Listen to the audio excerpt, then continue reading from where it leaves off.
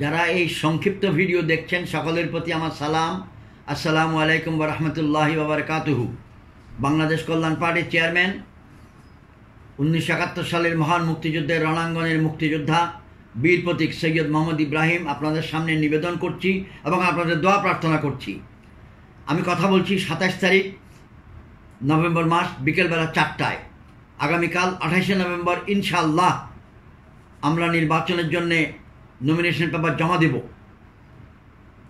চট্টগ্রাম জেলার চট্টগ্রাম 5, হাটহাজারী এবং city corporation ward number 1 ও 2 এর জনগণের ভালোবাসার প্রতীক, আস্থার প্রতীক ধানের শীষকে বিজয়ী করে আনার জন্য আস্থা নিয়ে, প্রত্যয় নিয়ে, আকাঙ্ক্ষা নিয়ে, মহান আল্লাহর উপর আস্থা করে আমরা এই নমিনেশন পেপার জমা দিব।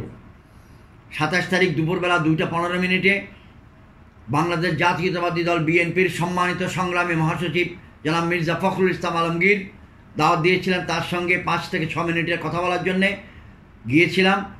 তিনি অত্যন্ত প্রীত হয়ে সম্মানিত অ্যাক্টিং চেয়ারম্যান বিএনপি জনাব তারেক রহমান এবং পার্টির সিদ্ধান্ত গ্রহণকারী ফোরামের পক্ষ থেকে আমাকে বললেন, আপনি জেনারেল ইব্রাহিম ইনশাআল্লাহ চট্টগ্রাম 5 থেকে নির্বাচন করবেন, আমাদের দোয়া, আমাদের শুভেচ্ছা নেন এবং গিয়ে নমিনেশন পেপার জমা দেন।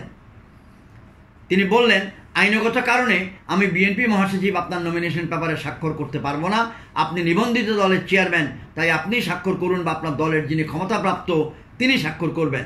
নমিনেশন পেপার স্বাক্ষর করা এবং প্রতীক পাওয়া ভিন্ন জিনিস।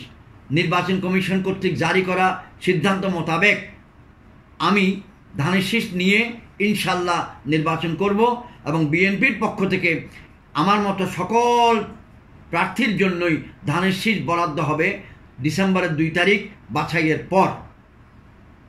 আবার আপনাদের সঙ্গে কথা বলবো। এই সংক্ষিপ্ত ভিডিওর মূল লক্ষ্য হাটহাজারী সহ বাংলাদেশের সর্বত্র বা বিদেশে বাঙালি চট্টগ্রামবাসী যারা আমাকে চেনেন, যারা আমার প্রতি শুভেচ্ছা রাখেন, সকলকে বিষয়টি জানানো, সকলের থেকে আমার পক্ষ থেকে দোয়া কামনা করা।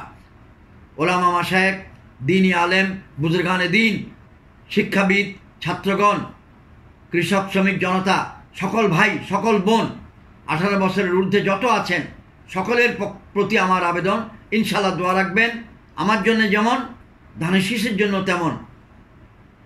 আল্লাহ হাফেজ। আসসালামু আলাইকুম।